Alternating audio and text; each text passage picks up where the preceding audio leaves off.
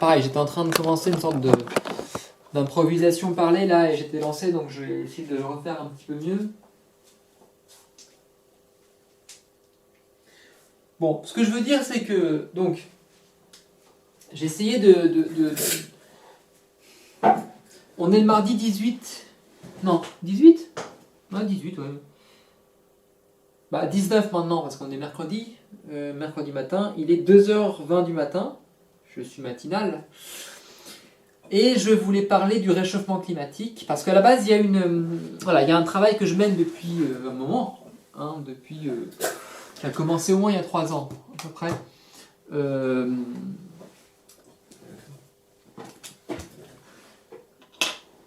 Enfin, oui, voilà, avec cette espèce de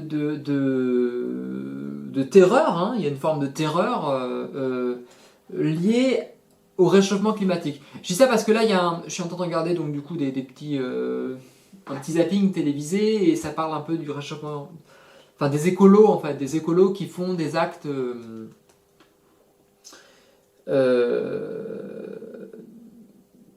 par exemple, qui vont mettre de la peinture sur des œuvres d'art, etc. Bon, voilà. Et moi, ça m'interroge beaucoup, parce qu'en fait, cette question climatique m'apparaît, comme à beaucoup de gens, d'une importance capitale. Vraiment comme quelque chose de... on n'arrive pas à comprendre ce que c'est, en fait. C'est tellement énorme qu'on n'arrive pas à comprendre ce que c'est. Et pour ma part, j'ai essayé de mettre du sens dessus. Donc comme je disais juste avant, j'ai été confronté à la question de l'effondrement. Pour moi, c'était lié à l'effondrement. Un peu les théories de l'effondrement ou quoi m'ont confronté à quelque chose, à une émotion dure, difficile, grave. On peut être très critique envers le mouvement de l'effondrement, bien sûr, mais n'empêche que ça oblige à se confronter à l'hypothèse apocalyptique, en fait, et plutôt que d'essayer d'être dans une sorte d'optimisme un peu béat ou un peu dans le déni, quoi, en fait, de ce qui se passe en termes climatiques. Sachant qu'il n'y a pas que le climat, il y a bien sûr l'effondrement du vivant, enfin il y a une espèce de catastrophe pas claire, à la fois très claire quand on regarde les scientifiques qui en parlent, mais en tout cas il y a quelque chose qui apparaît comme étant d'une gravité dont on n'arrive pas très bien à mesurer l'ampleur quand on n'est pas... quand on est entre guillemets juste un simple citoyen, entre guillemets. Mais en tout cas, il y a quelque chose qui nous dépasse, quoi. Bon. Et donc moi, du coup, je me rendais compte que je ne pouvais pas agir... ça ne marchait plus, en tout cas pour moi, d'agir en termes d'activisme politique. Ça ne marchait pas de répondre à ça, je sais pas, par des moyens classiques de l'action politique, mais ça avait peut-être du sens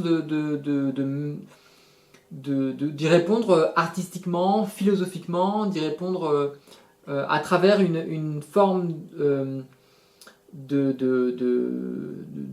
je sais pas si c'est de révolution, mais en tout cas une forme d'essayer de comprendre comment cet affect lié à l'effondrement pouvait donner forme et donner corps à une pensée ou une pratique qui permettrait de trouver une sortie à ce problème.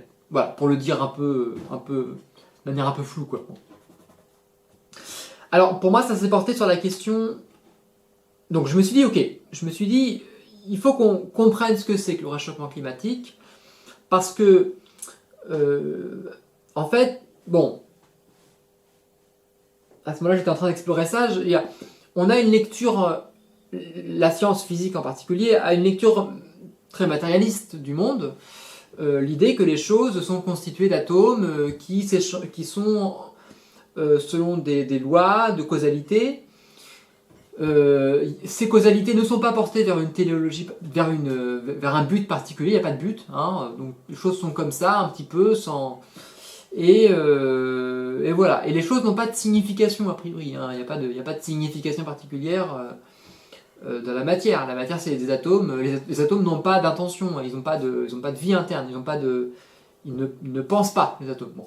Alors, moi, je pense pas ça. Enfin, je pense que ça, ça fonctionne très bien pour expliquer ce qui se passe à partir du cadre des sciences physiques, mais je me suis dit, il faut sortir de ça. Il faut qu'on sorte de ça, il faut qu'on trouve autre chose. En tout cas, moi, en tant qu'artiste, je peux apporter un autre regard. Et en tant qu'artiste, je voyais que, en fait, il est tout à fait possible d'envisager, de lire ça différemment et de se dire la matière, elle a une intention. Et en fait, le réchauffement climatique peut être interprété, peut être lu comme ayant une forme d'intention. Oh, c'est peut-être vite dit intention, c'est un terme un peu bizarre, mais en tout cas, on peut l'interpréter. En fait, on peut interpréter et on peut comprendre que c'est pas juste une sorte de conséquence humaine liée aux énergies fossiles, etc. Ça a une signification. C'est ça que je veux dire là. C'est que ça a une signification et que si on lit les choses en termes de signification, on peut peut-être comprendre dans quoi ça s'insère en fait. Qu'est-ce que ça signifie. Et que ces phénomènes-là qui sont naturels, alors il n'est pas si naturel que ça du coup, mais bon, c'est pas la question. La nature et culture, c'est pas séparé, ça va ensemble, c'est un peu la même chose. En tout cas selon... c'est la pensée occidentale qui sépare les deux, mais à vrai dire, on peut penser que c'est pas non plus pertinent de séparer les deux comme ça. Et l'idée, voilà, donc du coup, il y aurait une signification en fait. Hein. Les éléments naturels, c'est un peu religieux si on veut, mais il y a une signification qu'on peut apporter dessus. Bon. Donc là, j'essaie de travailler cette signification. Donc je me suis dit, ok, donc du coup, c'est quoi? C'est quoi la signification du réchauffement climatique? Déjà, il faut penser, réchauffement climatique, finalement, ça, on parle de quoi? On parle de degrés, on parle de température. Donc c'est de la température. Ok, bon. Alors je me suis dit, c'est quoi la température? Bon, là-dessus, je me suis filmé pour ça. Normalement, j'ai quelques c'est le truc que j'ai commencé à filmer l'année dernière, normalement, et que je m'étais déjà penché dessus. Ces propositions-là sont liées aussi à la proposition de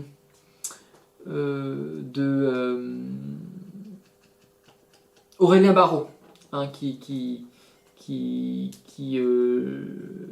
appelle les artistes aussi à se pencher sur ces questions-là, en disant que les scientifiques ne sont pas capables de répondre au problème parce que c'est un problème d'énoncé. Moi c'est pareil, je pose la question en termes d'énoncé et je dis en fait, ces objets qui sont travaillés par le champ scientifique peuvent être travaillés en termes de signification. Et donc je me dis voilà, on peut voir le réchauffement climatique comme un objet esthétique en fait, c'est un objet esthétique. Et donc moi je pense voilà, esthétiquement et donc en termes de signification aussi cet objet-là. Bon. C'est un hyper-objet en fait, au sens je sais plus comment il s'appelle, Timothy Morton. Et donc, peut-être je sais pas, j'ai écrit des trucs sur Platon là, mais bon, Badiou, peut-être qu'il y a un lien aussi avec la question du communisme chez Badiou, mais bon, parce que là je l'ai sous les yeux, donc ça m'a l'air... mais bon, c'est pas la question. Donc je disais, voilà, bon, pour faire vite, qu'est-ce que c'est que la température? La température, c'est dans un gaz, la température d'un gaz, c'est, ce que j'ai compris en tout cas, c'est l'énergie cinétique moyenne du gaz. Ça veut dire, c'est la vitesse des atomes. C'est les atomes, voilà, si les atomes, si le gaz est froid, les atomes vont se déplacer très lentement. Si le gaz est chaud, les atomes vont se déplacer rapidement. Et donc du coup, ils vont se choquer ils vont s'entrechoquer de manière plus fréquente. C'est logique. Bon. Et donc du coup, si moi je mets ma main dans un gaz qui est froid, eh bien le gaz va me frapper à intervalles lents. Voilà. Alors que si je mets ma main dans un gaz qui est chaud, ma main va être frappée plus de fois. Peut-être 1000 fois plus parce que il y aura 1000 fois plus de collisions entre ma main et le gaz. Bon. Ça veut dire quoi? Ça veut dire que la température... alors, il y a peut-être une question aussi d'intensité de la frappe, si on veut, mais la température est une question de tempo, est une question de vitesse. Plus il y a de collisions, plus la fréquence des collisions est forte et rapide, plus il fait chaud. C'est comme ça que je le comprends, pour la température. Vu comme ça, c'est intéressant, parce que ça veut dire que la température est une question de rythme. Ressentir la température, finalement, c'est ressentir des vibrations qui sont des fréquences hautes en fait. Bon. En termes sonores, on a ça. Qu'est-ce que fait une oreille? Elle mesure la pression, elle mesure en fait des variations de pression. Alors peut-être que là, ce que je confonds peut-être, c'est température et pression. C'est vrai que c'est peut-être un problème qui se pose, je suis pas clair là-dessus. Bon, je sais que ces choses-là sont liées par contre. Température, pression, c'est lié aussi, mais je sais pas trop, je me souviens plus très bien de mes cours de terminale. Mais... voilà. Bon, pour l'oreille, c'est aussi des variations de pression. Il y a des variations de pression dans l'air. Le son est une variation de pression. Là, quand je parle, c'est ce qui se passe normalement. Il y a une variation de pression dans l'air. Ces variations de pression font varier le tympan et tout le reste derrière. Et donc du coup, on entend ces différences de pression. Et le fait qu'un son est aigu ou est grave, c'est une question de vitesse. C'est une question de temps. Bon. Il y a beaucoup de choses à dire sur le son. Beaucoup de choses à dire là-dessus. Si on parle de vitesse, on parle de temps. Hein, bien sûr. Parce que du tempo, c'est un temps qui s'accélère, si on veut. Voilà. Bon. Alors, moi, ce que je me suis dit, c'est qu'il fallait repenser la notion du temps. Et c'est ce qui correspondait aussi à un ensemble d'expériences que je faisais à ce moment-là. Dans ces expériences-là, je voyais que ma perception du temps a été modifiée. Et à tel point que non seulement la perception du temps a été modifiée, mais aussi la nature même du temps. La manière dont le temps m'apparaissait. Et je vois que le temps était peut-être plus comme, non pas comme étant une ligne droite sur laquelle j'allais vers le futur à vitesse régulière, voilà, avec ce front du présent qui avance progressivement, mais le temps était plutôt compris comme une sorte de monnaie. Hein, le temps s'échangeait, en fait. Il y avait des espèces de particules de temps, si on veut. Alors, Carlo Rovelli parle de grains d'espace-temps. Il en fait une autre lecture, donc c'est la partie de son modèle à lui, donc je dis pas ce terme-là, mais voilà. On a un peu une idée qui pourrait se penser comme des atomes de temps ou des monnaies. Moi, j'aime bien l'idée de monnaie. Hein, on échange du temps comme ça, je te donne de l'argent. Et voilà, donc on a des quantités de temps qui s'échangent, en fait. Bon, bref. Ce que je veux dire, c'est que si on voit ça comme ça, finalement, le temps n'est peut-être pas quelque chose qui est uniforme. Déjà, en histoire de la physique, l'idée qu'un temps soit uniforme, c'est quelque chose qui correspond à une époque, déjà à l'époque de Newton, parce que Newton suppose, apparemment c'est lui qui invente le temps uniforme comme ça, avec le petit t. L'idée quelque part que le temps soit une sorte de dimension uniforme qui est toujours un peu pareil, quoi, du coup, bon, elle est toujours un peu tout le temps pareil.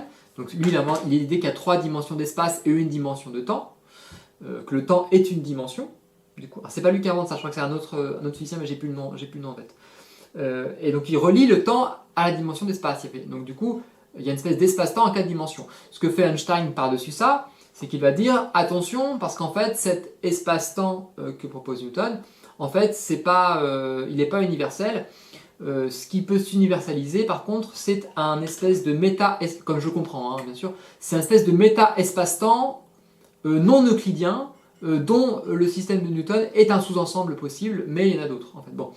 Et donc il y a plein de configurations possibles de ce truc-là. Mais il y a toujours l'idée que le temps est une dimension de l'espace. Là-dessus, en fait, déjà, bon, Carlo Rovelli, donc physicien contemporain qui est je crois un des pères fondateurs, enfin le père fondateur du coup de la physique quantique à boucle, d'une théorie qui s'appelle la physique quantique à boucle, lui propose l'idée que en fait ce temps-là soit une construction finalement des physiciens, mais qui ne correspond à pas grand-chose de concret et qu'on pourrait s'en passer. Hein. Il se base sur le principe que les équations qu'il utilise pour étudier la physique quantique, enfin, une des équations qu'il utilise, n'a pas besoin du temps. Hein, permet de décrire des phénomènes sans passer par le temps. Donc il dit peut-être quelque part que le temps c'est pas nécessaire. Je crois qu'il cite aussi, donc je crois que c'est Alain Cohn, je ne suis pas sûr de son nom, mais qui a trouvé des systèmes mathématiques dans lesquels le temps ne fait pas partie du système mathématique, mais est une production. Donc le temps serait comme produit, hein, serait produit par une équation. Ça c'est intéressant parce que ça suppose que le temps soit quelque part ce que Carlo Rovelli appelle un phénomène émergent. C'est-à-dire qu'il arriverait dans un second temps. Mais finalement, on pourrait trouver des sortes de théories fondamentales, un petit peu si on veut, qui n'auraient pas besoin du temps. Hein, le temps serait quelque chose qui viendrait a posteriori. Bon. Ça c'est pour les propositions que je travaille. Alors pour celles qui sont du côté de Philippe Guillemant, Romuald Le Terrier, eux proposent plutôt l'idée qu'en fait, il faut revoir la logique qui est posée par... il faut revoir le système d'espace-temps d'Einstein et plus généralement du paradigme matérialiste pour revenir à une forme un peu d'idéalisme, si on veut. Il propose une sorte de physique idéaliste. Il se base pour ça, j'ai l'impression, pas mal sur... je sais pas, sur Bernardo Kastrup, je sais pas à quel point il se base dessus, mais en tout cas, ça avait l'air d'être quelqu'un qui avait l'air déjà d'avoir fondé un peu cette idée-là, quoi, du coup. Ce qu'il propose est plutôt, m'apparaît intéressant, l'idée qu'en fait, l'espace-temps serait une sorte de projection de la conscience. Bon, ça, c'est pas des trucs qui m'apparaissent trop nouveaux. J'ai l'impression qu'il y a toute une tradition qui essaye de penser comme ça, voilà, l'univers comme étant produit par l'esprit. Il y a tout un mouvement justement lié un petit peu au médium, tout ça, qui semble dire un truc un peu comme ça. Bon. Mais là, il essaye de le structurer, d'en faire quelque chose, quelque part de le faire rentrer dans le modèle physique et de justifier rationnellement ces intuitions-là. Avec l'idée que, en fait, si on fait ça, on peut comprendre qu'il y a un certain nombre d'expériences qui sont comme des, entre guillemets, des formes de singularité, je ne sais pas si c'est le bon terme, ou qui sont comme des espèces de points de contraction qui sont incompréhensibles dans le cadre d'un paradigme matérialiste, mais que si on prend ce rapport idéaliste, alors on peut comprendre ce qui se passe. Et c'est des expériences qui sont surnaturelles, et il en cite 3.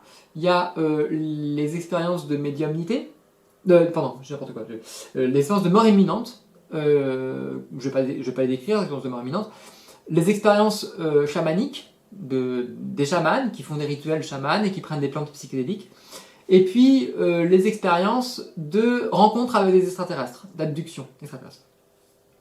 Alors, je vais parler un petit peu de Guimand parce que pour moi c'est un moment assez important dans le parcours, ça a été quand même un point d'entrée là-dessus, parce que ce que j'ai fait, et c'était en lien avec ces paradigmes-là aussi, je crois pas que c'était aussi lié à Preciado, parce qu'avec avec Paul Preciado, il y a et toute l'histoire de l'histoire auquel elle se rattache, qui est celle aussi de Donna Haraway, etc. Il y avait la question de l'épistémologie située. Je me suis dit, en fait, on peut accéder à des formes de savoir particuliers en modifiant son corps, on va dire en gros. Voilà. Si on modifie son corps, on peut aussi modifier sa perception du monde et donc modifier aussi les formes de savoir auxquelles on va avoir accès. Et on peut voir ça comme une forme de techno-chamanisme, hein, c'est le terme qu'il utilise. Lui, ce qu'il fait, c'est qu'il va prendre de la testostérone, c'est quelqu'un qui est assigné femme à la naissance, qui prend la testostérone et qui va modifier son corps et qui va voir comment cette modification de son corps va lui permettre de faire des expériences sociales pour le coup, ou même aussi corporelles, biologiques, et qui vont aussi modifier sa pensée, qui vont lui permettre d'accéder à des formes de recherche et de pensée qu'il n'aurait pas pu faire s'il avait juste pas fait cette expérience-là. Donc c'est un petit peu l'expérience qui va amener à une forme de pensée. De la même manière, on peut supposer que les chamans, par exemple, font une expérience, modifient leur corps à travers des danses, des chants, des prises de drogues psychédéliques, qui vont leur amener à une autre perception et à un autre savoir, à une forme de savoir particulière qui va être liée à cette expérience. Bon. Donc, moi, ce que j'ai fait, en fait, et c'était pour moi des expériences d'une très grande puissance, et même très dangereuses aussi, je recommande... J'en témoigne ici, mais je n'encourage pas des gens à le faire sans se préparer, quoi. Enfin, j'encourage personne à le faire. Voilà, c'est doté par des professionnels. Parce que en tout cas, je mets juste en garde que ça peut être très dangereux, évidemment. J'ai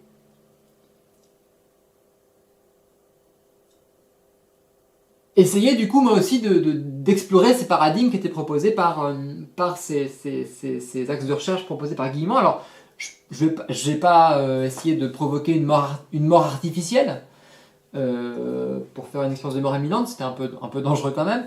J'ai pas essayé de rencontrer des extraterrestres, je savais pas comment faire, et puis c'est pas quelque chose forcément qui se provoque, même si selon certaines formes d'ufologie contemporaine ça peut se provoquer. Par contre, je pouvais essayer les formes de chamanisme, et notamment l'utilisation de plantes psychédéliques, et c'est ce que j'ai fait du coup. Pas forcément de manière consciente immédiatement, j'ai pas forcément conscientisé comme tel, mais c'était finalement que ça m'a amené vers ça. Et ce que j'ai utilisé, c'est du cannabis.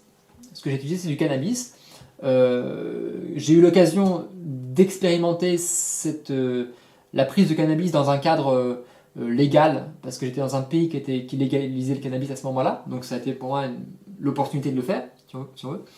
Et je l'ai fait aussi en me disant que je le faisais dans un cadre de recherche, donc j'ai pu faire cette expérience, mais dans ce contexte-là, dans ce contexte justement que je disais, lié à Philippe Guillemant, lié à ce paradigme de Paul Preciado, quoi, pour ouvrir un champ de savoir qui était lié à ça. Et ça n'a pas loupé, ça a été assez considérable. Ça a été pour moi une expérience qui a duré sur plusieurs mois, qui s'est prolongée aussi après. Sachant qu'au début, je l'ai fait avec des doses de cannabis assez conséquentes. Pas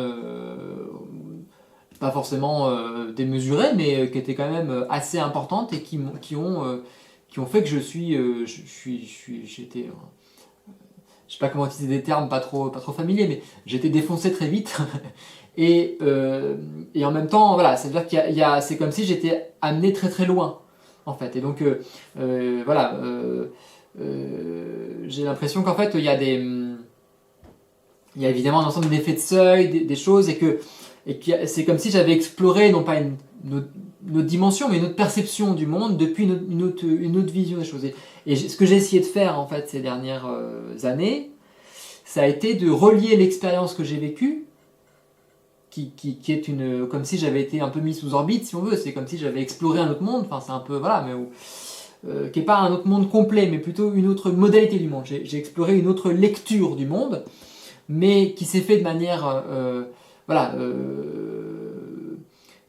qui au début s'est fait de manière assez radicale, voilà. Et j'ai essayé progressivement de pouvoir rapprocher ces deux perceptions, la perception un peu classique du monde avec cette perception qu'on peut nommer chamanique, par exemple, si on prend ce terme-là, bien que ce terme puisse être un petit peu connoté, on pourrait dire magique, si on veut, une perception magique du monde, ça fonctionne aussi, bon. Donc voilà, pour progressivement essayer de trouver un langage, trouver des mots, trouver une manière pour que les expériences que je vivais à ce moment-là, qui, comme je disais, étaient un peu dangereuses parce qu'elles rapprochaient de la folie à ce moment-là, de la paranoïa, il y avait beaucoup pour moi, il y avait beaucoup de danger en fait à être dans ce monde-là parce qu'il peut être un peu hostile. Et donc j'ai essayé de cadrer l'expérience progressivement pour pouvoir la ramener quelque part dans le monde social sensible, disons, enfin sensible, voilà, socialisé quoi, pour la rendre dissible, hein, pour la rendre compréhensible. Alors bon, il y a des pertes, hein, il y a plein de trucs, je peux pas tout dire, mais bon, j'essaye en tout cas d'en faire quelque chose quoi. Voilà, et c'est ce que j'ai senti aussi moi quand j'étais là-bas, je me disais ok, c'est ça que je dois faire. Ce que je dois faire, c'est relier ces deux mondes, les comprendre l'un et l'autre. Déjà, bon, au fil de cette expérience, que je ne vais pas détailler ici parce qu'il y aurait énormément de choses à faire, j'ai pas fait je suis loin d'avoir fini tout ça. Bon, on peut le voir comme une sorte de performance si on veut. Je fais une sorte de performance qui consiste une performance ou un geste artistique qui consiste à essayer de faire communiquer ces deux mondes, de faire une traduction, de traduire ces deux mondes-là, ou en tout cas de traduire ce monde. Ouais, même les deux mondes, traduire les deux mondes, parce qu'en fait, il ne faut pas qu'il y en ait un qui prenne le pas sur l'autre, donc c'est un peu le problème, il ne faut pas non plus... c'est un peu tout le problème. Je ne peux pas juste traduire et raconter ce qui s'est passé, il faut aussi quelque part que le monde depuis lequel à qui je témoigne de ça, il faut le travailler suffisamment pour qu'il puisse s'intégrer sans que ce soit problématique en fait. Donc il y a les deux côtés. C'est pas juste, il suffit pas juste de parler, c'est plus compliqué. Il faut aussi passer par un ensemble de gestes qui passent dans une forme d'inconscient du langage. Je vais pas trop plus loin, mais il y a un ensemble de contraintes qui font que c'est pas simplement, c'est pas juste raconter ce que j'ai vu. C'est beaucoup plus compliqué ou simple que ça en fait, bien sûr. Bon, donc il faut prendre du temps, il faut le temps pour ça. Bon bref, je vais pas, voilà, il y a plein de choses à dire là-dessus. Bref, ce que je voulais dire, c'est que bon, tout ça pour dire, dans cette autre perception, du monde, en effet, les choses apparaissent sous leur signification. C'est-à-dire que le monde apparaît comme un langage. Ça renvoie beaucoup à des choses qui sont de l'ordre de l'inconscient. Enfin, moi, c'était assez sidérant, c'est que ça renvoie beaucoup à la philosophie. C'est comme si Freud, Deleuze, maintenant je dirais Platon aussi, même si je suis pas très bien sûr de comprendre ce qu'il veut dire, mais de manière générale, toutes ces choses-là semblaient un peu faire des échos à ça, faire des échos à ce qui se passait. On pourrait dire que cette expérience ressemble beaucoup à celle de la caverne. Hein. Moi, j'avais beaucoup de Matrix comme une sorte de référence, mais finalement, c'est un peu la caverne de Platon. Voilà, de la même manière que Platon en fait, sort de la caverne pour aller voir les formes, après il revient pour essayer d'en parler. Quoi. Donc j'ai un peu ce même schéma aussi, quoi, si j'ose me comparer à Platon. Plutôt pourquoi pas, je veux dire, Platon n'est qu'un homme, hein, ça va quoi. Bon.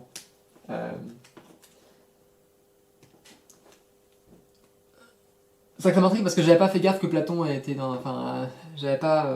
C'est en écoutant Badiou que je me dis que Platon est quand même une référence intéressante, très importante en fait, qu'il faut que je creuse plus. Bon, bref. Il faut que je me concentre parce que je ne vais pas y arriver. Donc, du coup, voilà, dans cette autre perception des choses et du monde, qui est en fait une espèce une perception non matérialiste du monde et pas forcément idéaliste, mais disons l'idée quelque part que ce qui circule, c'est des formes, on va dire ça comme ça. Voilà. Ce qui circule, c'est des formes. Il faut comprendre les formes en elles-mêmes. Il y a une espèce de jeu des formes, une économie des formes qui s'échangent les unes les autres. Et les formes ont leur signification, si on veut. Et quand on comprend quelque part comment les formes se lient les unes aux autres, comment elles communiquent, comment les significations communiquent entre elles, etc., bah, du coup, on peut anticiper des choses. On peut quelque part comprendre une certaine forme, une certaine logique du temps. Le temps a une logique là-dedans. Et le temps, d'ailleurs, est une forme aussi. Le temps est une forme qui n'est pas quelque chose qui s'écoule.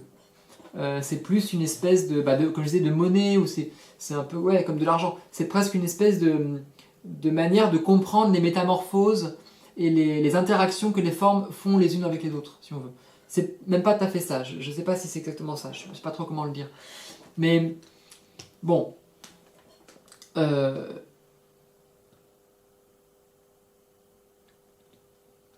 y a un peu l'idée d'un système informatique aussi, là-dedans, tout ça.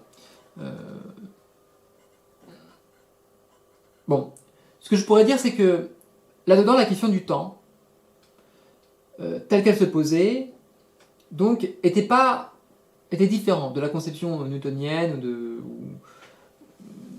je sais pas, d'Einstein, parce que Einstein éclate aussi la question de Newton, même s'il considère que le temps reste quand même une sorte de dimension. Déjà, le temps semblait apparaître différent. Il faut bien comprendre que le temps n'est pas tout à fait pareil que l'espace. En tout cas, le temps n'est pas forcément réduisible à une dimension de la même manière que l'est l'espace. Là-dessus, il y a en effet, se référer au clash un petit peu entre Einstein et Bergson. Bergson semble dire, attention, le temps, on le voit comme... Enfin, on le géométrise, on le transforme comme une dimension d'espace, mais le temps, il a sa forme propre, il a sa matière propre, c'est la durée. Bon, j'ai pas suffisamment lu Bergson, mais c'est un peu l'idée. Et moi, j'ai cette idée un petit peu que le temps, il faut le prendre pour lui-même. Il a sa propre forme, sa propre manière d'exister qui n'est pas réduisible à l'espace.